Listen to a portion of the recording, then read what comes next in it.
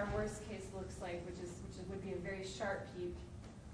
And at the peak, these are all sick people, but all these people are potentially, in order to survive the virus, going to need ventilators, for example, or intensive care unit level care. What we're trying to do in public health is make this look more like this, so that we flatten the curve, so that as people in that top tier who need access to our health systems, that there is room for them, there is staff for them, and they get the life-saving care that they need. So we think, again, we're not sure because we don't know how widespread the virus is, we think we're early on this curve, and this is where things like public health follow-up can help. That's why we're doing that piece.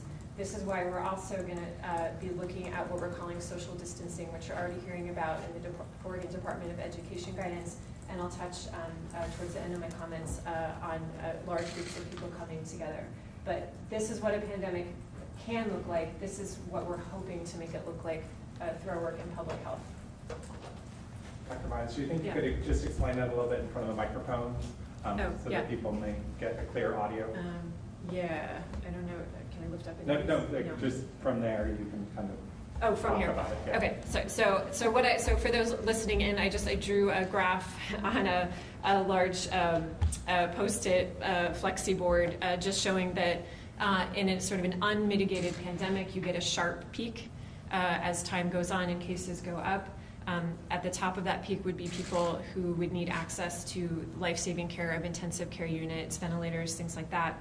Our public health intervention is to flatten that peak and spread cases out over time so that as the most critically ill with this virus become ill, they actually have access to the care and the healthcare system staff and the resources that live in our healthcare world to have the best shot at recovering from the virus. So that's our strategy.